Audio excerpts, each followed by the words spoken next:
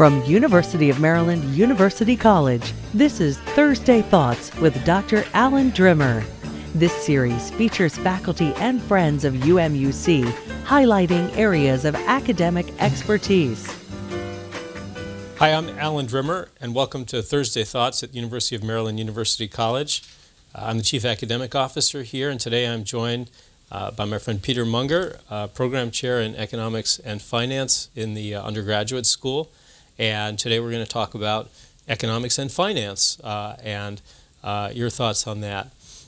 You've been a faculty member here for some time, and we want to learn about you and hear about your experience here, as well as your thoughts on economics and finance, which is really critical and so much importance to our students and our economy. First, tell us about you. How did you get here, and how did you get involved in economics and finance? Well, I was as an undergraduate student, I was a business major, and I minored in economics, so that kind of set the tone for that. Eventually, I went to law school, where I studied primarily commercial law, which has kind of reinforced my interest in all things financial and, and spills into taxes and all kinds of other areas. So that kind of just fueled my interest in economics in general. And of course, law school is a great place to debate things, so economics is a great thing to debate. Nobody seems to be able to agree on anything, so you can take any side of an issue you want and go with it. So that was a lot of fun. But I joined UMUC about 18 years ago as an adjunct professor, and eventually became what we used to call an NOL, so more or less full-time teaching. And then 5 years ago, took this role. So I've really enjoyed being at UMUC. I think we have a great mission, and certainly working with our students is very rewarding.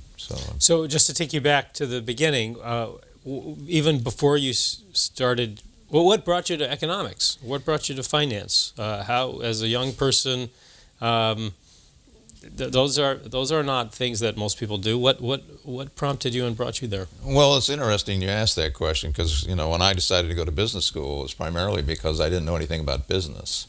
I mean, I grew up like most kids did, and I had some odd jobs here and there, and worked as a lifeguard and a cook and a waiter and all those kind of things. And so I really didn't know much more other than balancing my checkbook, anything about business at all. My family were mostly educators, and it wasn't something we focused on. So I thought, well, it'd be good to have some practical knowledge about how things worked, and so I kind of went in that direction. So that got me into business school. Once I was in business school, of course, that kind of leads down that whole path of, what are you going to study, what are you going to learn? And so I found, I guess, interestingly enough, that I liked finance rather than management, because I was really a management major, but I thought the finance courses I took had more detail and also allowed me to be more analytical. And so that's kind of got me into that interest. Eventually, I went to work for several companies, primarily with the insurance industry, for many years, and eventually I joined a software consulting company, and we transitioned that company from a really like 12-person operation to over 300 employees, and then sold it to somebody in Europe, which worked out really well for a lot of people.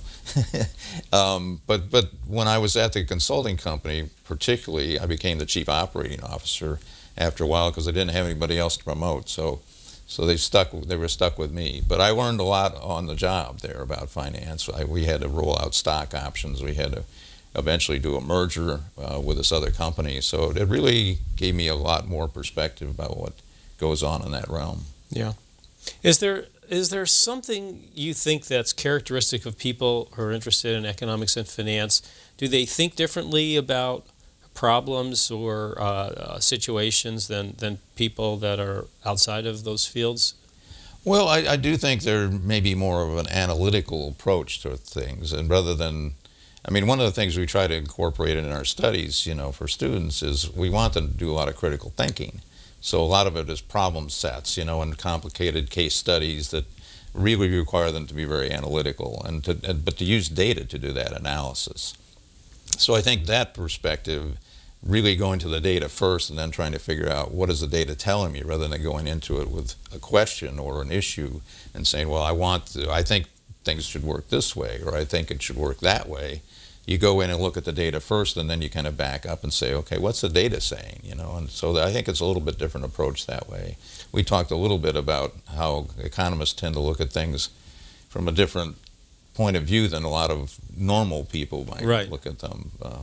And you were pointing to a kind of a linear thought or rigor around it, but is there a place for emotions? I mean, do economists have a heart? Is there a place for? Well, no, seriously, what is the role of emotions in economics? I know there's this field of behavioral economics, and maybe you want to talk a little bit about that. But how is the field grappling with this sort of Spock-like logical approach to issues versus the emotional approach? Well, I think it breaks down. You know, there's like most things in life, there's kind of a liberal view and a conservative view, and I think that, you know, there are economists that fall in both of those camps, certainly.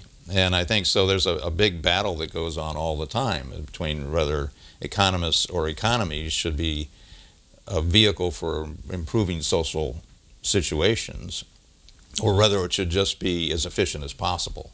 And so I think people get stuck on that dichotomy a little bit. And so I think some economists would rather look at it from a social point of view, and some of them would say, well, hey, the real secret here is we want to be as efficient operating as we can, and that will do the most good in the end. So there's a trickle down or trickle up theory, but that gets to be a very heated debate. Right. Are those debates that you have in your classes? Does that get into, or is that outside of what you deal with in your classes? Well, no, we really try to stimulate those debates because we think, it's been my experience anyway, that students are more engaged if they have something in the pot. You know, if they're willing to stake their argument on something, then they're more willing to defend it. And if they get to defend it, then they're more willing to think about it. And of course, the object is to get them to think about it. Right. I still want to stay on you for a minute and talk about you as a person and how, you know, if there's something about economics and finance that you bring to your personal life. And I'm thinking about a story I heard about a number of years ago about Larry Summers.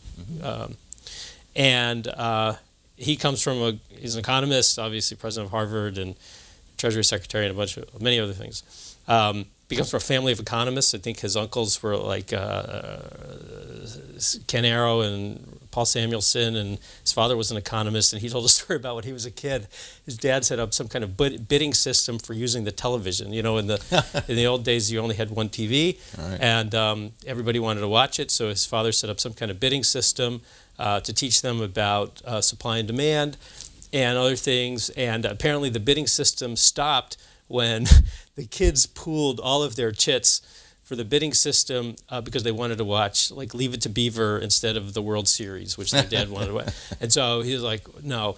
But I don't know if you have a story like that, but are there ways in which the way you think about, you know, your profession affects personal relationships and human relationships? Well, that's an interesting question, and I'd have to say this. I mean, I used to try to talk about economics at the dinner table, and my children discouraged me from that.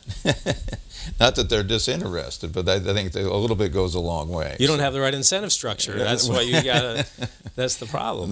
You're right about that, but it does come up, and we mostly what I've been able to do with my children, I think, is try to be more granular about it and say, well, okay, not talk about economics, but let's talk about finance. Let's talk about your finances as a student or whatever, and that starts a better conversation because now they're like, oh yeah, I can kind of understand that. So my kids have all gotten out of college, but they're still early in their careers. So we talk a lot about personal finance and how to build wealth and those kind of things.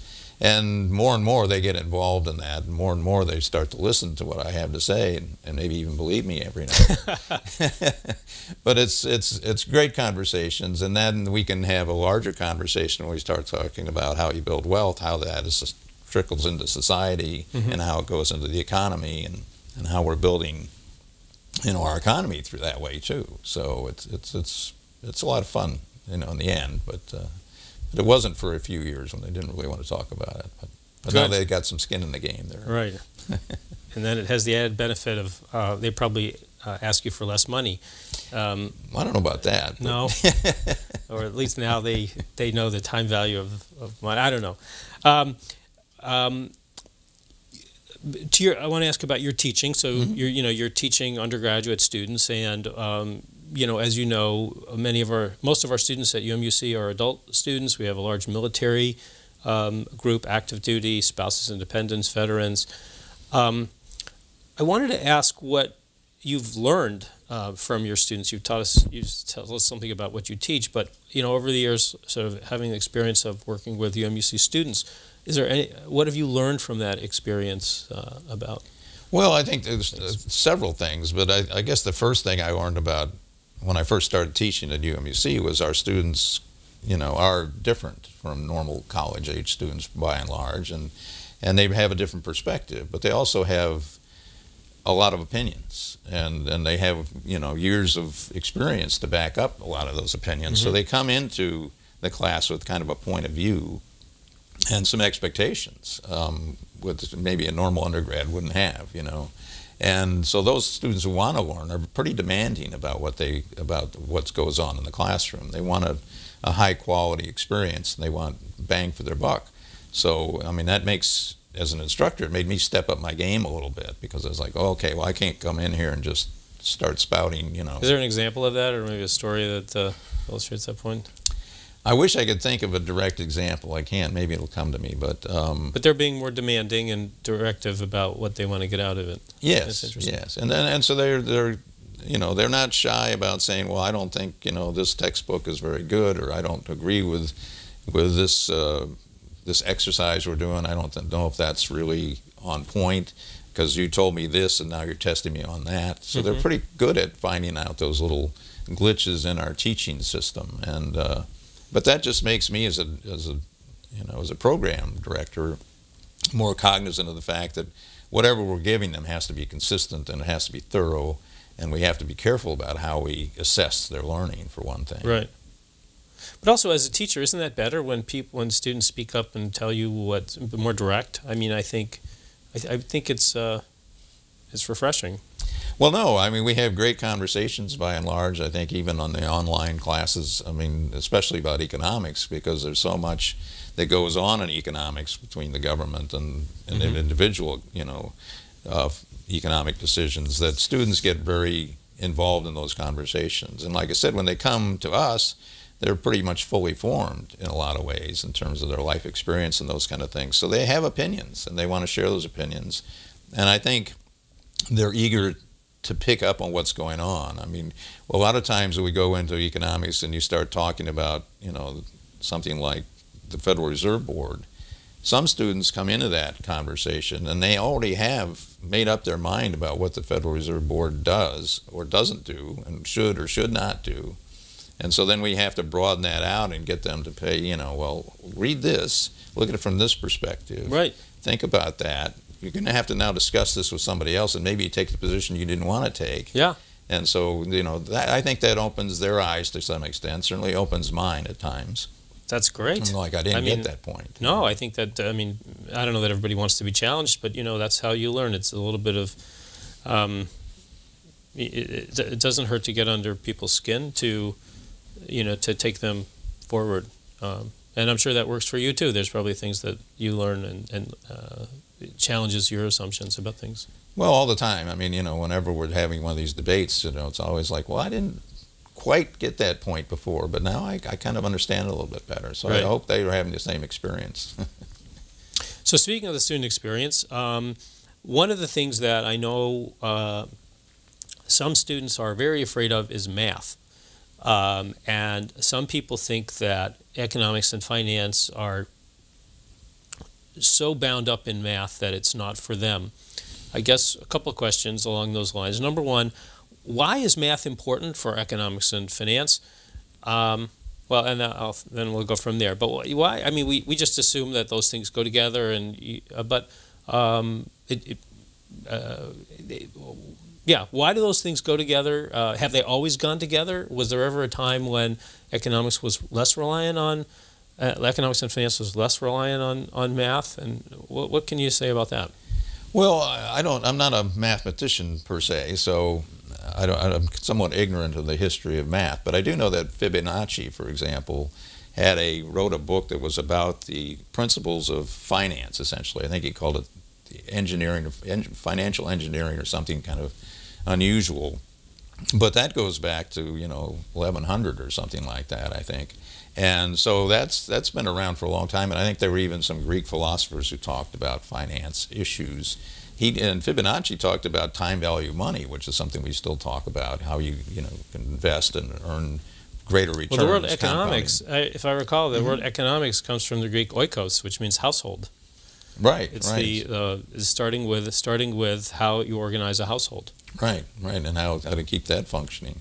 Well, no, it's all part of that, and I think that's one of the reasons. Once students are a little bit intimidated to take economics and finance, we find particularly business students, they want to put those courses off to the end of their curriculum. They're like, okay, I'm going to wait till the last semester and I'll try to take them then, but they can't really do that, but they want to do that. But you're right. I think it all comes down to the family. And one of the great things about teaching economics is you can talk about the financial economic system, and you can talk about how Adam Smith's invisible hand concept that everybody contributes to the economy in one way or another. And once you show that to them, I think they get more. They're like, okay, I kind of get it now. So what would you say to students who don't have a lot of confidence in their math skills yet? Should they take an economics or a finance course, or should they wait to strengthen their math skills? Well, there is a prerequisite math course they have to take at UMUC, and that's usually sufficient for the most part. I mean, the math we use in finance and economics, by and large, I mean, not going too deeply into the work experience and what happens at a higher level, but it's not that complicated. It's mostly algebra. I mean, and of course now what happens is a lot of what we get students to do is to use software instead. So the software takes care of a lot of those problems. If you go and learn how to use the software and make your inputs correct, it'll give you the answer. And I think once they figure that out, they relax a little bit. They go, okay, if I can learn this software, I can answer the problem. Right. That's what you have to do. Right. So. Right. So I thought it would be fun for us to talk about some specific scenarios and see how you think about them versus how most people think about them, just to get your take on them. All right. So, so the first one that I have in mind is, the grocery store. We all go to the grocery store, and one of the things that's pretty striking about grocery stores is that the shelves are never bare, and if in the produce department, for example, they keep stuff. They'll let stuff. They won't discount. They won't discount produce to zero. They'll just, they just get new stuff. So, why don't grocery stores, for example, heavily discount produce before it spoils, and just sell it at nothing? Well, it's a very interesting question. Not being a grocer, I can't say with certainty, but I suspect what happens is, with produce, people look at the produce and they go, well, it looks old, or it looks fresh. But they're very critical, I think, in our perception of what that is. So if it's got a little brown edge on it, whether that might be due to being in the store a week long or a day long is a good question. But I think the problem is that consumers just won't buy it once it looks old. So not even at a lower price. Not even at a lower price. They're like, that's dangerous. But what about? I remember when I studied economics, there was all that stuff about substitutes, and when the price of chicken goes up, then you buy more beef. Or why wouldn't at a lower price people wouldn't buy it? Well, I think maybe instead they might buy canned good. Maybe they, instead of buying fresh green beans, like the green beans don't look too good, I'll go get some Jolly Green giant green beans out of the can or out of the freezer. Right. So I think that's the substitution effect. So you have a talent for this. So here's another one. We all sit. If living in this area, you face a lot of traffic. If the roads were twice as big as they are today, would that reduce traffic, or would that create incentives for more people to drive? Well, how do you think about that? Well, my personal opinion probably doesn't matter as much as there's been some research. But it's your personal opinion as an economics and finance person. Well, so as that, I'll get to that in a second. But then I wanted to preface it by saying that I'm not a road expert either. But there has been some research done in this area, and the research suggests that it's an induced demand, what they call an induced demand. If you expand the roadways, you invite more people to drive on them, and people want to move. Especially in America, we want to get in that car and we want to go one place or another. So if there's more roads, we're going to drive more. And so if there's more lanes in the road, we're going to drive more too. And so they found out that actually you could probably condense the lanes on the road and people would find other substitute ways to get to work, but it wouldn't get any more crowded because people will, you know, when they realize that, well, it takes me to get from here to Largo, to use a local example, if it takes me an hour and a half, I'm going to take the train, or I'll find a bus, or I don't know what, I'll find some way to get there, but I'm not going to necessarily get on the Beltway, and because it's just not an effective, you know, efficient way to get to that place. So I think, you know, it's kind of, as you talk about economists thinking differently, I think that's one of the ways economists would look at it, is that, okay, we can add more lanes, but we're only going to invite more people to drive. It's not going to help the problem in it all. So what helps is to find different methods of transportation or allowing people to telework or whatever it might be. I see. Interesting. Yeah. Okay, here's another one. So most people are familiar with retirement plans, things like 401ks. Not everybody has access to those, but many people do, and IRAs, 401ks. Has that had an impact on the stock market? Well, probably not. It has, and to some extent. I think a lot more people are aware now, especially with 401ks and IRAs, that they do own stock in some form.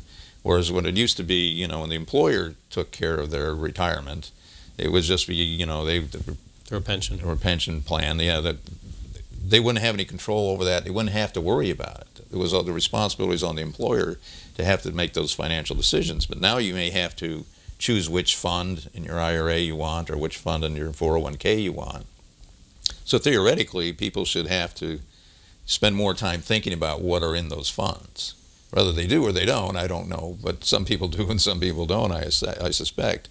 But I guess the strange thing is that, you know, the richest 10% of the population own about 80% of the stock, even though we have IRAs and 401ks.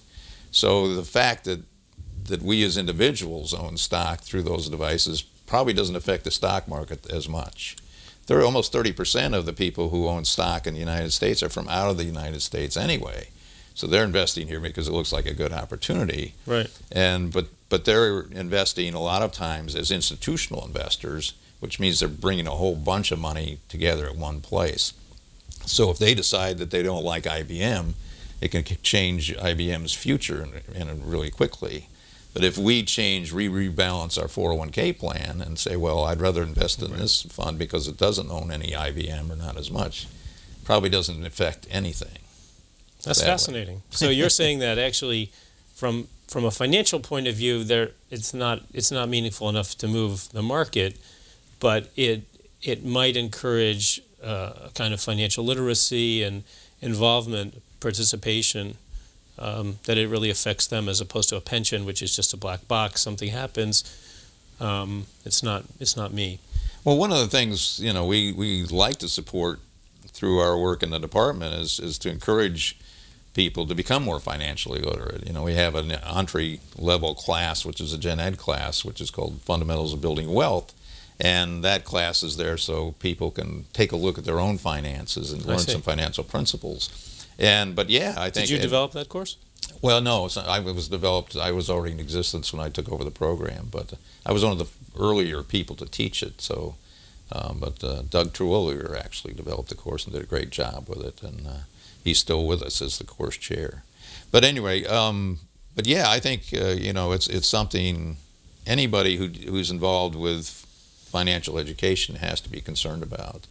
There's a lot of people who don't know anything about money at all, and we've had some of our students come to us that way, and they just don't know how to balance a budget. They don't know the consequences of resisting the opportunity to join their company's 401k plan or to get particularly an employer's contribution. We have to, a lot of them, that's new information to them. I can take advantage. I should take advantage. Yes, you should take advantage. It's free money. So that's how you're going to build wealth. That's how you're going to pay for your retirement. But, having lost the pension culture that we had, it's so imperative that students understand that they're responsible for their own retirement. And unfortunately, the savings rate in the U.S. is very low. It's about 8%. In Japan, it's over 10%. And we need to work hard on that, because especially with who knows what's going to happen with Social Security, but it's still a matter of some debate. So, but if that goes away, then we're totally dependent on our own savings and investments. So it's a critical thing to do. Right, right. Are there, just on that point, are there things you think we could be doing as a country to improve the savings rate? Well, I think it's really just... It's really education. I think we have to get the students, we have to get everybody early on, when they first get that first job at McDonald's or whatever it might be, that's when, maybe even when they first get their allowance, maybe that's when we start to make these points. And there should be better incentives, that help people. Right now, of course, there's not much money to be made in savings in bank accounts because their interest rate's been so low for so long. Right. But it wasn't always that way, and I think, but it's a fundamental thing that students have to understand, that you can grow money, you can spend money or you can grow money, but you can't do both necessarily. So at the same time. Right. Yeah. No, I think concepts like the time value of money and so on, it's just transformative once you understand it and master it. It just it changes the way you think about things. It does. You were mentioning banks, so last sort of fun question. 100 years from now, do you think we'll have banks? Probably not. At least we certainly won't have brick and mortar ones. I mean, we might have some online, but like most things that they predict, I think 100 years from now, it'll be more like crowdsourcing. If you want to borrow money, you just kind of go out on the internet and borrow some money. It might be from an individual, it might be from a group of investors, it might be from some banking type institution, but I don't know that there'll be banks as we know them now. It's going to be a whole new ball game, so to speak. But if we can continue to improve artificial intelligence and those kind of things, I think that it's very likely, some people say we won't have any money to speak of either, that we won't put any money, we won't have bills, we won't have coins. It's all going to be electronic in some form or another. Of course, the biggest problem with that is anytime you spend something, somebody will know when you spend it and what you spend it on. So informationally, it's a kind of a choice. Right now, you can go to the bank, take out a bunch of cash, you can spend it anywhere. What's your view of Bitcoin? Do you think some version of that will start to dominate?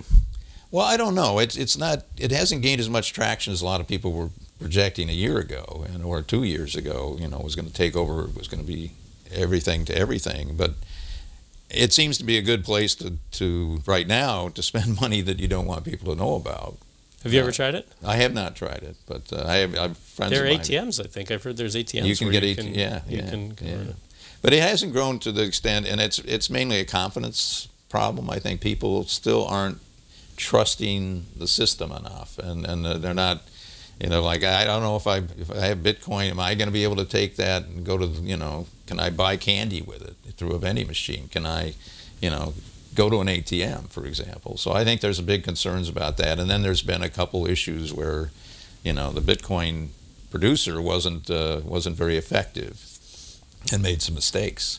And so whenever mistakes are made with money, of course, scares the heck out of people. So I think that's more or less what's happening now. I think people are still really worried about how reliable it is and how safe it is. And if they can solve that problem, then maybe it could be something that would replace the U.S. currency. But I think by and large, most people, and not wearing an economist hat, but wearing a populist hat, is that most of us want to know that somebody's responsible for that money. And right now, we can kind of hold the government responsible for it in some ways. And so I think without that "in God we trust" kind of thing we have on dollar bills, I think it scares people. Well, if we can't, who are we going to trust? And who is Bitcoin? where is this stuff held? Where there's no gold standard anymore. So Right. it's pretty frightening in a lot of ways, but exciting too from an economic and finance point of view. Right. No, it is. Before we go, I wanted to ask you about, for people, finance and accounting people, are they better than the average person with like fantasy football and gambling and stock picking? Do you think they're better than, just in your own experience, you think they're better than the average person? No. No. No, but I would say, if I were going to gamble, I mean, I think the people who do well at gambling are statisticians. Not all economists are statisticians, but those of them who are, I mean, I think they have a very rational way of approaching those events, and then they would take a lot of that emotion out of it. I mean, it's just like the stock market. The stock market's still, talking about behavioral finance for just a second, the stock market is a lot based on behavior. The market's down 500 points or something today. Why is that? Nobody's really sure, but it's down. And it's probably because people are worried about something, but we don't know exactly what they're worried about, the extent they're worried about it. Right. But a statistician would look at that as, well, okay, it's down 2%. That's not that much in the scheme of things. The question is now a good time to buy rather than to sell, or should I be moving my assets out of stocks in some other class what might be safer? So I think that'd be the statistical way to look at it. But I'm not sure how economists do with gambling. I've never really talked to them about it. I've known a few that were pretty good at it. Yeah. And I was just wondering if that might be a general thing. Well, I'm not much of a gambler myself, so hard for me to speak to that. We'll have to hit the casino after this. All right. Well, thank you so much for being with us and for sharing not only your thoughts about what this means to you, but to how what it means for students. Thank you so much for being with us, and thank you for joining us on Thursday Thoughts. Thanks for having me. Thanks for watching Thursday Thoughts with Dr. Alan Drimmer. This has been a production of University of Maryland University College.